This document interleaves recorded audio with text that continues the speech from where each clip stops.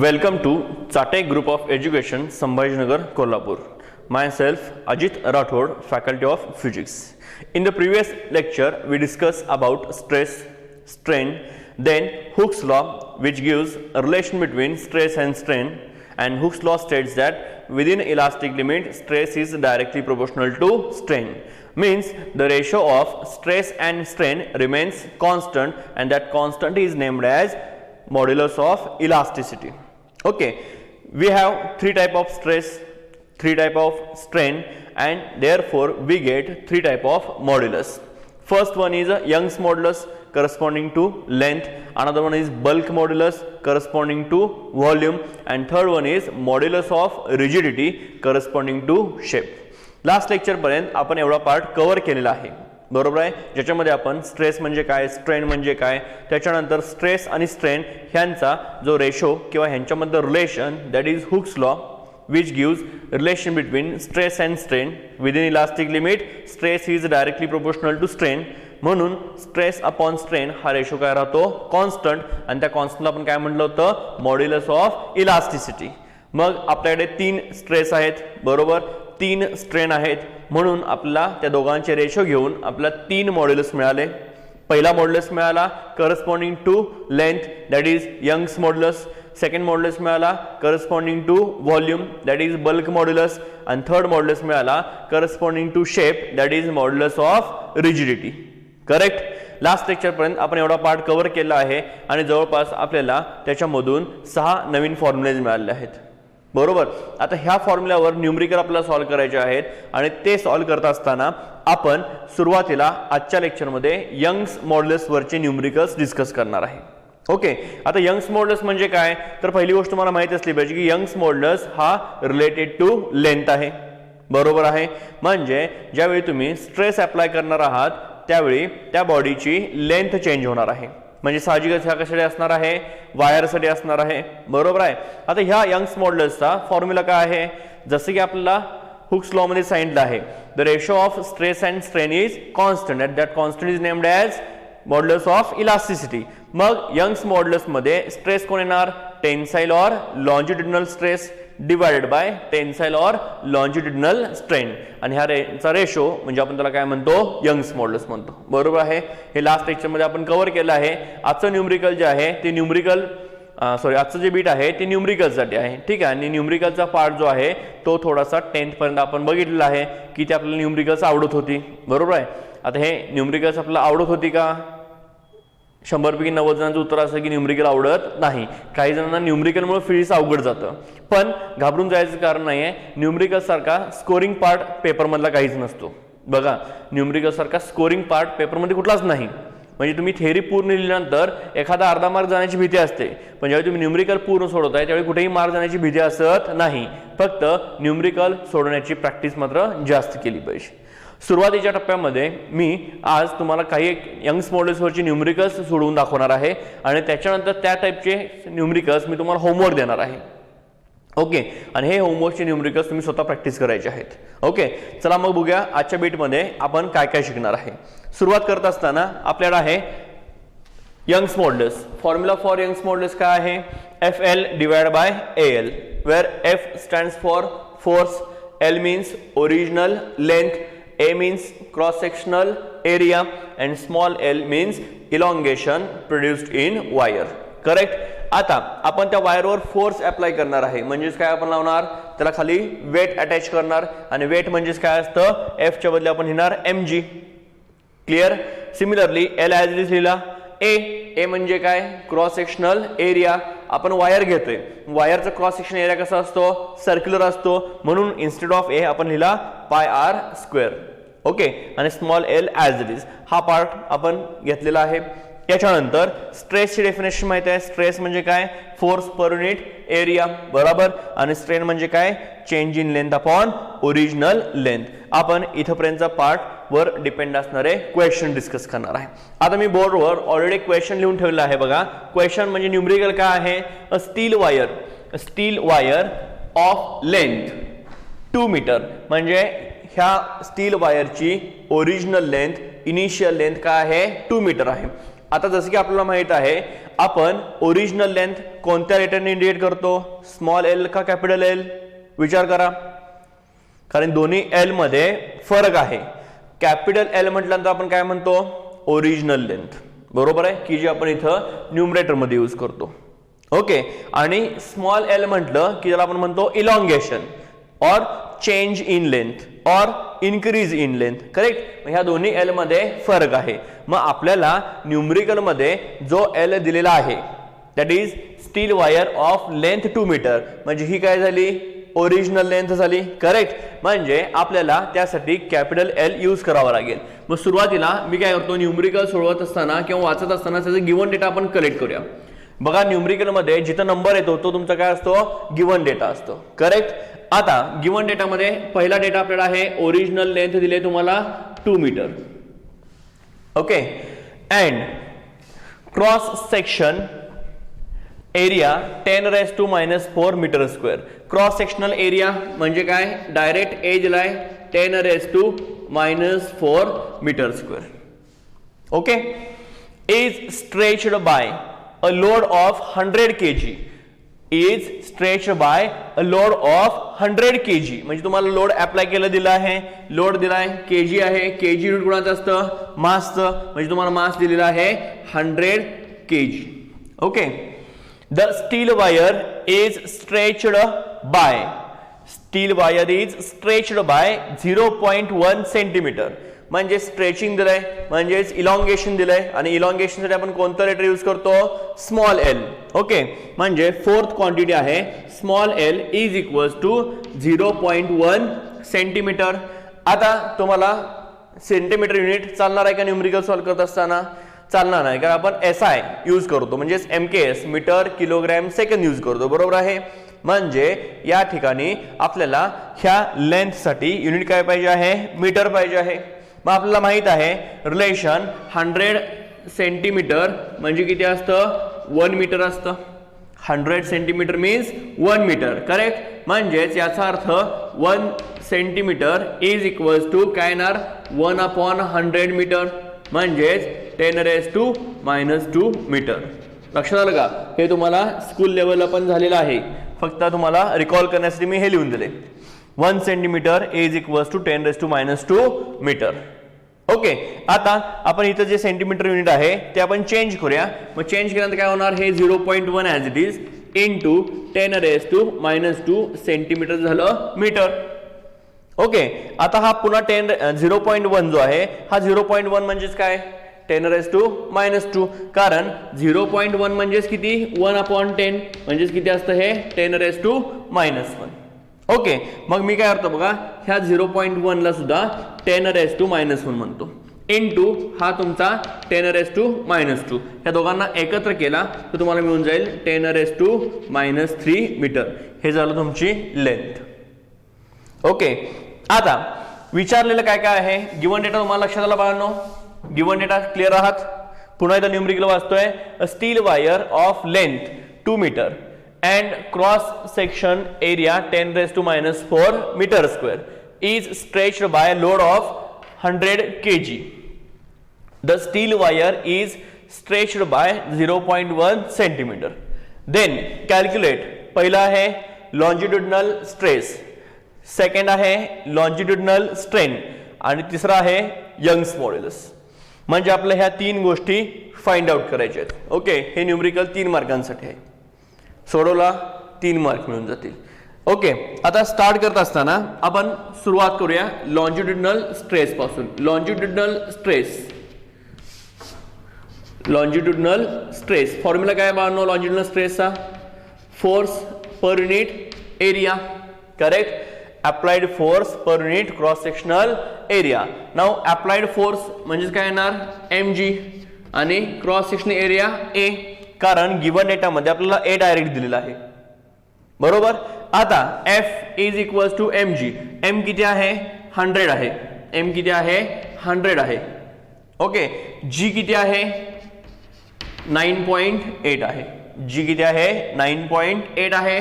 Divided by cross section area किती दिलाय, 10⁻⁻⁴ metre square. Divide by 10⁻⁻⁴ metre square. Clear. आता आपण काय करूया, ह्या न्यूमरिकल मध्ये हा जो जी 9.8 आहे बघा, हा जो जी 9.8 आहे त्या 9.8 च्या ऐवजी मी त्या जी ची व्हॅल्यू 10 घेतोय. चेंज लक्षात आला बाळांनो तुमच्या, 9.8 च्या ऐवजी 10 घेतोय. ओके, बाकी आहे असं इथं काय येणार आहे 100 आणि हे तुमचं 10 पॉवर -4. चेंज केले बघा क्वांटिटी, फक्त जी ची व्हॅल्यू मी 9.8 च्या ऐवजी 10 घेतल्या. आता न्यूमरेटर मध्ये काय येणार आहे 1 2 3, देर आर 3 zeros म्हणजे 10 raised to काय होणार 3 डिवाइड बाय 10 raised to -4. मग हा 10 raised to -4 वर गेला की काय होणार +4 आणि हे 3 प्लस 4 किती असणार आहे 10 पॉवर 7. म्हणजे हा झाला तुमचा longitudinal stress 10 raised to 7. Now what is the unit of stress? Stress is newton per metre square. कळलं का? हा झाला फर्स्ट क्वांटिटी आपण फाइंड आउट केला. आता आपण सेकंड क्वांटिटी बघूया. सेकंड क्वांटिटी मध्ये काय करणार आहात लॉन्जिट्युडिनल स्ट्रेन फाइंड आउट करणार आहात. Now what is the formula for longitudinal strain? Strain change in length upon original length म्हणजे small L divide by capital L. Correct. Now what is the value of small L? Small किती आहे 10 raised to -3 metre आहे. Elongation small L 10 raised to -3 metre आहे. Put up करा value. इथं काय येणार आहे 10 पॉवर -3. क्लिअर. आणि ओरिजिनल लेंथ किती आहे 2 आहे. ओरिजिनल लेंथ किती आहे 2 आहे म्हणजे डिवाइड बाय काय होणार 2 येणार.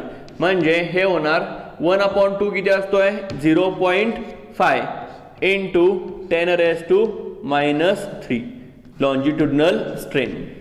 लक्षात आलं का? 0.5 इंटू 10 raised to -3. ह्यालाच मी काय देतो बघा longitudinal strain is equals to 5 into 10 raised to -4. 5 into 10 raised to -4. आता ही युनिटलेस क्वांटिटी आहे. स्ट्रेन लेंथचा रेशो आहे त्यामुळे ह्याला युनिट येणार नाही. ओके, म्हणजे तुम्हाला लॉन्जिट्युडिनल स्ट्रेन मिळाला. इथे आपण लॉन्जिट्युडिनल स्ट्रेस फाइंड आउट केलाय आणि आता आपलं काय करायचं आहे यंग्स मॉड्युलस काढायचं आहे. मग आपला तिसरा formula Young's modulus y is equals to formula काय असतो longitudinal stress divided by longitudinal strain. आठवलं का? Longitudinal stress divide by longitudinal strain. ह्या लॉन्जिट्युडिनल शब्दाच्या ऐवजी तुम्ही टेन्साइल हा शब्द पण यूज करू शकताय. करेक्ट. आता व्हॅल्यूज पुटअप करा. Longitudinal stress, longitudinal stress value किती आहे 10 raised to 7. मग न्यूमरेटर मध्ये काय येणार 10 पॉवर 7 येणार. Divide by longitudinal strain. Longitudinal strain किती आहे 5 इंटू 10 पॉवर -4. 5 into 10 power -4. आता 10 पॉवर -4 वर गेला की काय होणार +4 होणार आणि 1/5 जे आहे हे 1/5 किती असतं 0.2 असतं. करेक्ट. 1/5 म्हणजे किती 0.2 आणि हे होणार 10 raised to 7 + 4 किती येणार 11. करेक्ट. आता ह्यात एक 10 ची पॉवर इथं पण यूज करूया आणि 0.2 चं मी 2 केलं. ह्या 0.2 चं मी 2 केलं याचा आता यातलं 10 मी वापरलं मल्टिप्लाय केलं 10 ने. करेक्ट. मग यातली 10 ची पॉवर एकाने काय होणार कमी होणार आणि ती कमी झालेली पॉवर किती असणार आहे 10 raised to 10 होणार. ओके. आता ह्याचं युनिट काय असतं जे युनिट स्ट्रेसला असतं तेच मॉड्युलसला असतं आणि स्ट्रेसला युनिट काय असतं न्यूटन पर मीटर स्क्वेअर. म्हणजे तुम्हाला याचं पण युनिट मिळून जाईल newton per metre square. This is the value of y. लक्षात आलं मित्रांनो? न्यूमरिकल सोडवण्याचं जे टेक्निक आहे ते न्यूमरिकल काय खूप अवघड नसतं. ओके, न्यूमरिकल हे अवघड नाही आहे, फक्त तुम्हाला न्यूमरिकलची प्रॅक्टिस पाहिजे. आता हे प्रॅक्टिस करण्यासाठीच आपण थोडंसं न्यूमरिकलचं कंटेंट जास्त घेतो. म्हणजे आपण कॉलेजमध्ये तर प्रत्येक चॅप्टरला आपण नाही म्हटलं तरी 100 ते 150 न्यूमरिकल्स वर्गात सोडवून घेतो. ओके, म्हणजे एवढे न्यूमरिकल सोडल्यानंतर ज्यावेळी आपला विद्यार्थी पेपरला बसतो त्यावेळी आपलं जे न्यूमरिकल वर्गात सोडलं असतं तेच न्यूमरिकल तुम्हाला पेपरमध्ये सुद्धा बघायला मिळतं. ओके, कारण की आपण सगळ्या टाईपचे न्यूमरिकल्स कव्हर करणार आहे. सध्या व्हिडिओ लेक्चरमध्ये आपण दोघं मिळून न्यूमरिकल सोडवायचे आहेत. म्हणजे काही न्यूमरिकल मी सोडवेन, काही न्यूमरिकल तुम्हाला होमवर्कच्या माध्यमातून सोडून घेणार आहे. मग मी जेवढे न्यूमरिकल इथं सोडवून देतोय त्याच्यापेक्षा जास्त पटीने तुम्ही न्यूमरिकलची प्रॅक्टिस करणे गरजेचं आहे. त्यामुळे मी जे दिलेले न्यूमरिकल्स आहेत ते तुम्ही पुन्हा घरामध्ये रिसॉल्व करायचे आहेत. ओके, ह्या न्यूमरिकलला तुम्हाला 3 मार्क मिळणार आहेत. पहिली गोष्ट स्ट्रेस करण्यासाठी 1 मार्क, स्ट्रेन करण्यासाठी 1 मार्क आणि मॉड्युलस करण्यासाठी 1 मार्क. ह्या ठिकाणी तुम्ही जर युनिट चुकवला तर बोर्डाच्या नियमानुसार अर्धा मार्क कट होतो. त्यामुळे न्यूमरिकल सोडवत असताना start to end full concentration numerical सोडवायचं. ओके, लक्षात आलं न्यूमरिकल तुमच्या हे फॉर्म्युलेज रिकॉल केले आणि त्याच्यावरचा आपण हा न्यूमरिकल सोडवलाय. सेकंड न्यूमरिकल बघूया आता. There are 2 wires of same material. There are 2 wires of same material. Their radii and lengths are in the ratio 1:2. If the extension produced are equal, what is the ratio of loads? Okay, आता numerical detail मध्ये बघूया. काय आहे आपल्याकडे? There are 2 wires of same material. आता तुम्ही इथे लक्षात देऊ शकताय सेम मटेरियल याचा अर्थ काय झाला? काय आहे सेम मटेरियल म्हणजे काय? मटेरियल सेम देण्याचा अर्थ किंवा हा शब्द जो आहे तो तुम्हाला काय सांगतो? मटेरियल सेम याचा अर्थ यंग्स मॉड्युलस किंवा त्याचा मॉड्युलस काय असणार आहे? सेम. कारण आपल्याला माहित आहे की modulus of elasticity depends on nature of material. मग ह्या केसमध्ये मटेरियल सेम आहे. ह्या केसमध्ये मटेरियल काय आहे? सेम आहे आणि इथे 2 वायर्स आहेत आणि दोन्ही वायरचं मटेरियल सेम दिलंय. म्हणून मी काय लिहितोय बघा, गिव्हन डेटामध्ये पहिलं आपल्याला मिळालं मटेरियल सेम याचा अर्थ y1 is equals to y2. Okay, पुढे बघा. There radii and length are in the ratio 1:2. म्हणजे तुम्हाला रेडियस आणि लेंथ ओरिजिनल लेंथ ओके ह्या दोघांचाही रेशो दिलाय 1:2. मग next thing R1 divide by R2 म्हणजे रेडियसचा रेशो हा 1/2 आहे. सोबतच लेंथचा रेशो म्हणजे L1 अपॉन L2 हा सुद्धा 1/2 आहे. Okay, if the extension produced are equal. Extension equal आहे. आता एक्सटेंशन म्हणजेच काय? इलॉंगेशन. ओके, इलॉंगेशन म्हणजेच काय? Small L. आणि हे काय आहे? इक्वल आहे. म्हणजे दोन्ही वायरसाठी स्मॉल एल ची व्हॅल्यू काय आहे? इक्वल आहे. याचा अर्थ तुम्हाला 4th पॉइंट मध्ये इलॉंगेशन इज इक्वल म्हणजे L1 is equals to L2. आणि what is the ratio of loads. लोडचा रेशो काय असेल? लोड म्हणजे काय? फोर्स. मग फोर्सचा रेशो काय येणार? म्हणजे F1 divide by F2 is equals to question mark. बाळांनो न्यूमरिकल लक्षात आलं? पुन्हा इथे रिकॉल करतोय. गिव्हन डेटा कसा आयडेंटिफाय करायचा बघा. देयर आर 2 वायर्स म्हणजे 1 आणि 2 म्हटलं आपण ऑफ सेम मटेरियल सेम म्हणून y1 is equals to y2. Their radii and length are in the ratio 1:2. रेडियसचा आणि लेंथचा रेशो किती आहे? 1:2 आहे. If the extension produced are equal म्हणजे दोघांच्या मध्ये तयार होणारे इलॉंगेशन काय आहे?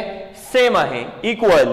What is the ratio of loads म्हणजे F1 upon F2 is equals to question mark. Okay, आता आपण ह्याचा फॉर्म्युला आपल्याला माहित आहे as y is equals to FL divide by AL. बरोबर, formula for Young's modulus FL upon AL. आता मी ह्याला 1 1 1 2 2 2 असं लिहिणार आहे. बघा इथं मी 1 लिहितो, इथं 1 लिहितो, इथं 1 लिहितो, इथं 1 लिहितो, इथं पण 1 लिहितो. ओके, सिमिलरली दुसरा फॉर्म्युला मी लिहिणार y is equals to FL divide by AL. आता मी मात्र काय लिहिणार इथं 2 2 2 2 आणि 2. लक्षात आलं? आता गिव्हन डेटामध्ये ही आपल्याला पहिली कंडिशन दिलेली आहे बघा. y1 is equals to y2. मग आपण y1 is equals to y2 लिहिलं. व्हॅल्यू सबस्टिट्यूट करूया आपण. डाव्या साईडला काय येणार? F1 L1 divide bye A1 L1. उजव्या साईडला काय येणार? F2 L2 divide bye A2 L2. Correct. आता यापैकी सेम क्वांटिटीज कोणत्या कोणत्या आहेत रे? y1 y2 ह्याच्यावरून आपण घेतलंय. L1 is equals to L2 आहे. बघा इथं L1 is equals to L2 आहे म्हणजे L1 आणि इकडचं L2 काय होऊन जाईल? कॅन्सल होऊन जाईल.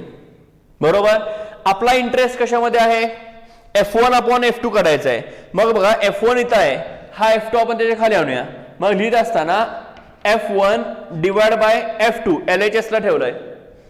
F1 इथेच आहे, हा F2 इथे घेतला, ठीक आहे, इज इक्वल्स टू बघा L2 इथं आहे, हा L1 इथे खाली जाणार म्हणजे डिवाइड बाय L1 येणार, बरोबर.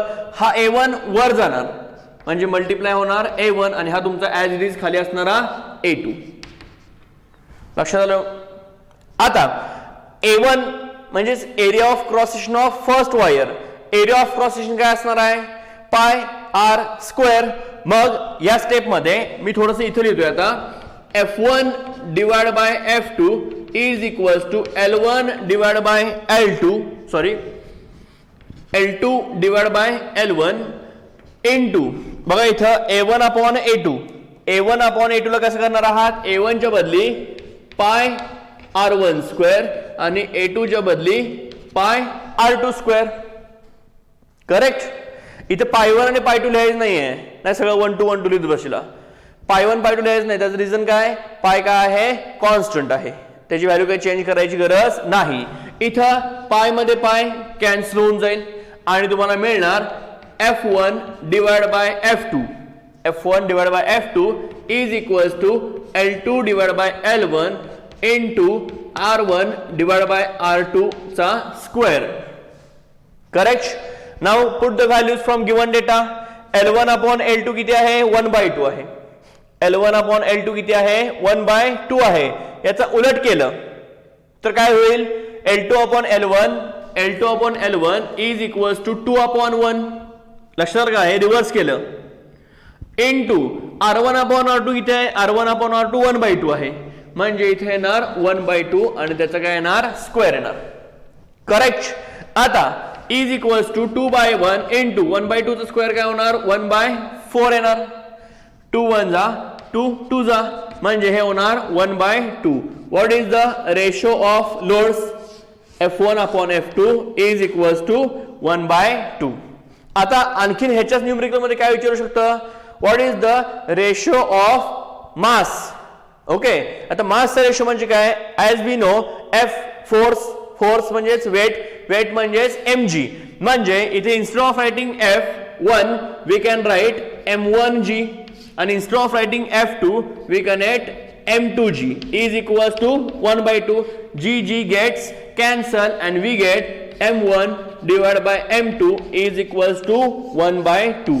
जो रेशो फोर्सचा येतो तोच रेशो मासचा येतो, कारण जी काय आहे पुन्हा कॉन्स्टंट आहे. न्यूमेरिकल अक्षरांनो अशा टाइपचे न्यूमेरिकल्स तुम्हाला सीईटीला पण विचारतात. ओके, म्हणजे हे असे न्यूमेरिकल्स रेशो घेऊन सोडण्याचे जे काय आहेत हे खूप सोपे न्यूमेरिकल्स आहेत ना, हेवी कॅल्क्युलेशन आहे ना, कुठं गोंधळ होतो. 2 फॉर्म्युला यायचा, रेशो बनवायचा, दिलेल्या क्वांटिटीज पुटअप करायच्या, फक्त दिलेल्या क्वांटिटीज मधून तुम्हाला तो डेटा आयडेंटिफाय करता आला पाहिजे. म्हणजे मी जसं इथं सेम वायर म्हटलं, मटेरियल सेम आहे, y1 is equal to y2, extension same आहे म्हणजे L1 is equal to L2. Okay, ह्या क्वांटिटीज तुम्हाला फॉर्म्युला मधल्या माहित असल्या पाहिजे. नेक्स्ट न्यूमेरिकल घेऊया. बघा, the length of wire increased by 9 mm when a load of 2.5 kg is hang from other end. Okay, म्हणजे काय, एक वायर आहे ज्याची लेंथ इन्क्रीज झाल्या, इन्क्रीज इन लेंथ दिली आहे, किती आहे, 9 mm आहे. when a load of 2.5 kg, लोडची व्हॅल्यू किती आहे, 2.5 kg आहे, is hang from other end. Okay, full stop. if a wire of radius of cross section, बघा radius of cross section 3 times given wire, म्हणजे इथं radius तुमची 3 times केलेली आहे, आधीपेक्षा ह्या कंडिशनपेक्षा त्या वायरची रेडियस काय केली, 3 times केली. All other conditions remain same, बाकी सगळं सेम ठेवलंय.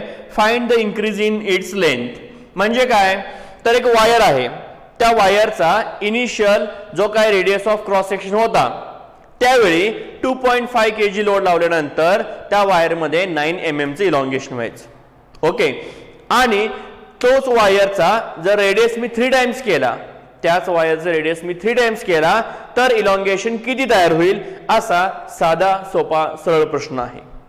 बाकी सगळ्या कंडिशन्स रिमेन सेम, म्हणजे नवीन वायरचं आणि जुन्या वायरचं original length same, material same आहे, बरोबर आहे. त्यावर लोड लावलाय तो 2.5 kg आहे, फक्त चेंज काय केलंय, त्याचा radius of cross section change केलाय, त्यामुळे इलॉंगेशन मध्ये किती फरक होईल बघा. गिवन डेटा मी लिहितोय इथं.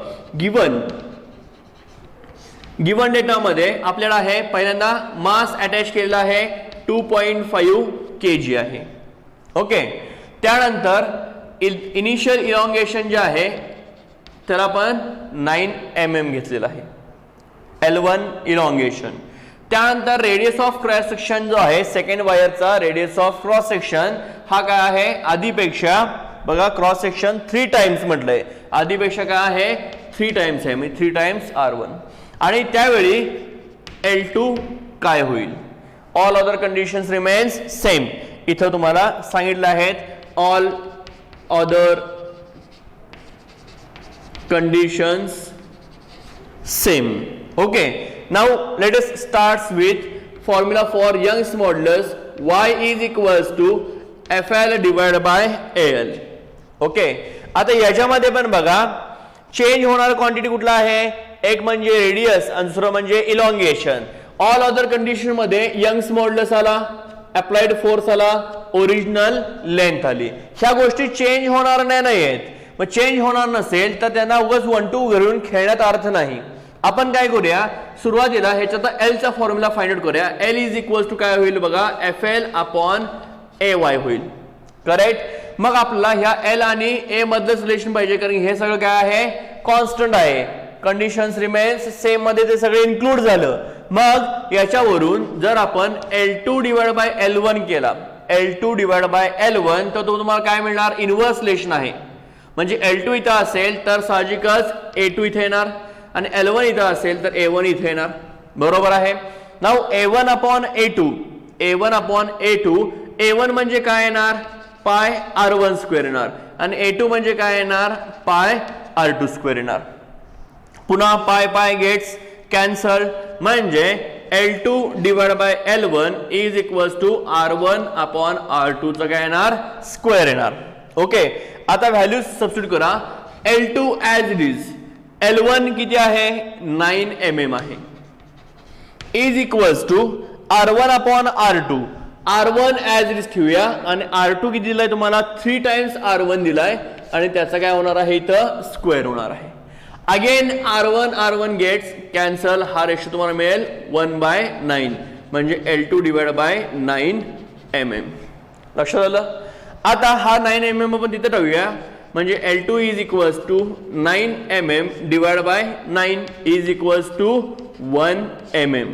आता बघा आपण इथे मगाच्या न्यूमरिकल मध्ये आणि आताच्या न्यूमरिकल मध्ये जर बघितलं, मगाच्या न्यूमरिकल मध्ये आपण y1 y2 सगळे फॉर्म्युले लिहून F1 upon F2, L1 upon L2, A2 upon A1 असं सगळं केलं होतं.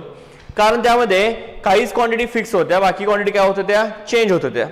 तसं इथं नाही, तर फक्त एकच क्वांटिटी चेंज होत होती, that is radius of cross section. बाकी सगळ्या क्वांटिटीज काय होत्या फिक्स होत्या.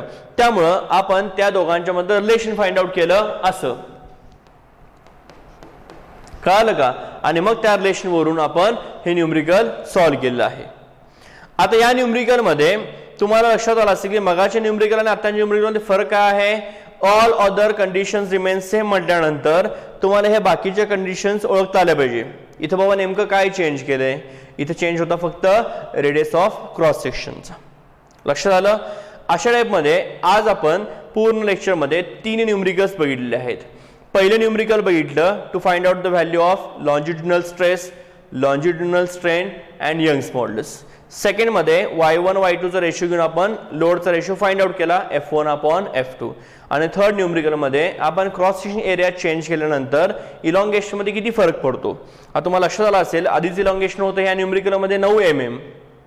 ओके, ज्यावेळी रेडियस होती R1, मग रेडियस मी 3 टाइम्स केल्यानंतर इलॉंगेशन काय झालं बघा 1 mm. म्हणजे जेवढा रेडियस वाढत जाईल तेवढं इलॉंगेशन काय होणार आहे कमी होणार आहे, इनव्हर्स रिलेशन आहे.